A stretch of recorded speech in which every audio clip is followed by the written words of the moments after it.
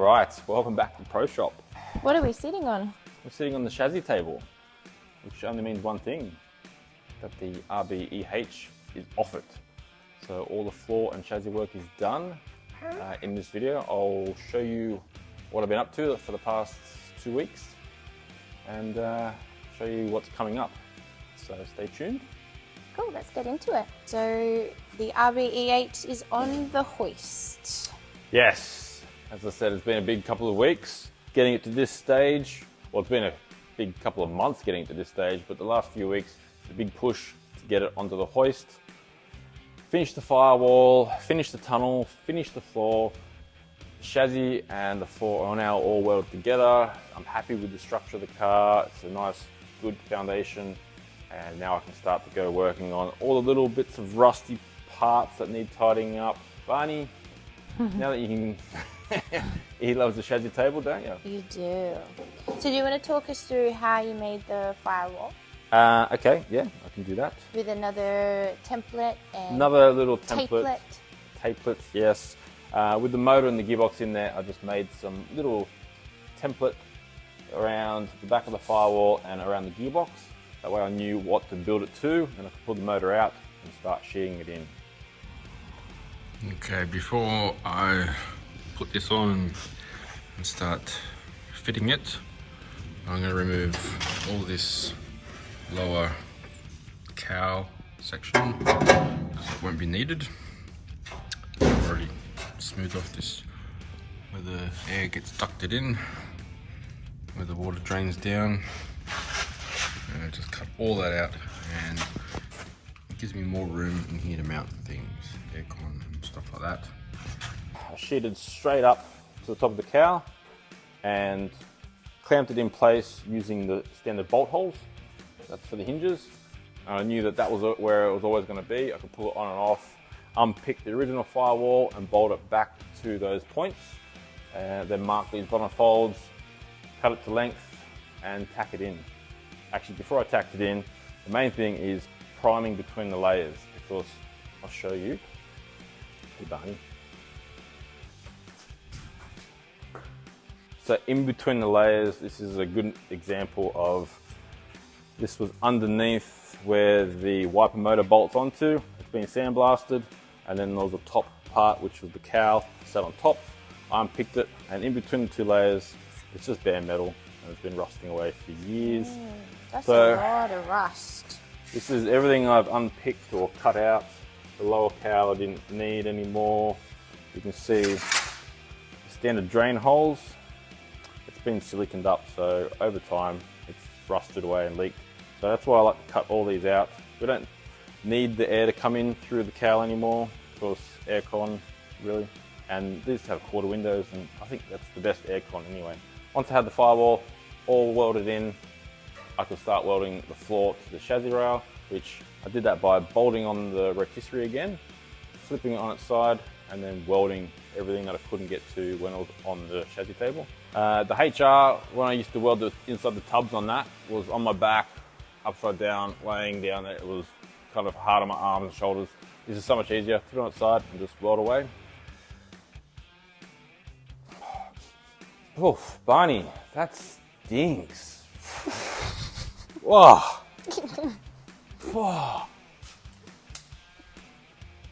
Can we just have a time out? Okay, let's take two before we'll crop dusted by Barney. Where I'm at this week is just fixing all the little rusty sections. This little panel here on both sides, they always tend to rust out. You can see some holes through there. I just unpicked it, made a new one, tacked it on.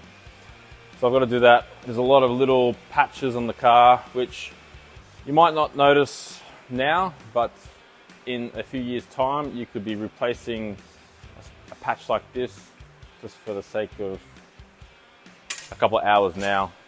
So I've welded all the little holes and stuff, filled them on the engine bay. Once this is done, I'll put the motor back in, and then I can go to the back of the car. Okay, so at the back of the RB26, there's a few things going on. I've been looking at different pinch welds for sealing, because I'm going to make a hard lid, and then the ute bed floor is also going to lift up and down. So So that's what's coming up in the next couple of weeks on this. The other thing I was busy with this week was the intake on the C1500 Chevs. So let's go have a look at that. So where I got to up on this was I tacked everything together, tacked the tubs in, tacked the intake in, all the front, and I couldn't kind of progress any further until I had fully welded some things in because the tolerances on this intake were getting really, really close. So pulled everything apart, whole front end, grill, radiator, all that off, and fully welded all the tubs in, underneath, on top. So they're now done, and pulled the whole front radiator support off and made these little holes even here. So that's the intake, where the intake's going to be. So what I did is had a little panel filter, and that actually mounts down behind there, and then I started to make a little air box at the end of each of these. So it'll be easy if I just show you. So I'm halfway through making the intake tube and air box all as one. So as I said, I've done one side, I've got to do the other, and yeah, that'll be next week's job.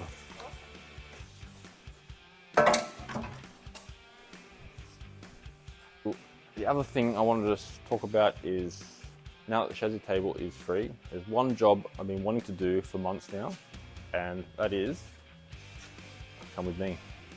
So this has been sitting here for a month or two, and I want to get back into it.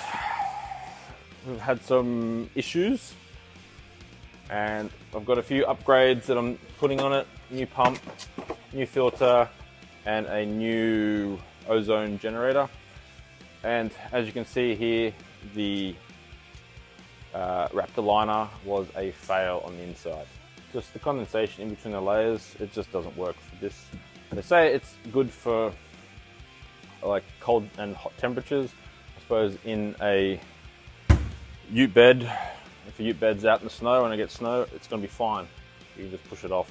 But in between the layers of this, and it's going cold to freezing every single time it switches on and off. And I think the condensation just made it disintegrate and flake off. So I'm going to be doing something a bit different on the inside.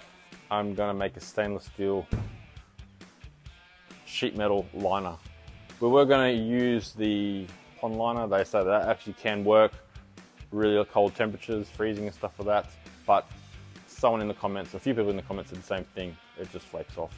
So I'm going to unpick all of this and make a new liner. Pretty pointless because you could just use the standard one that's in there, but it's aluminium, and yeah, and I just wanted to do something really cool. Anyway, we're going to put new pump and filter and stuff in there anyway, so may as well go all out. So we'll be doing that soon. Yeah, so as always, thanks for watching. See ya.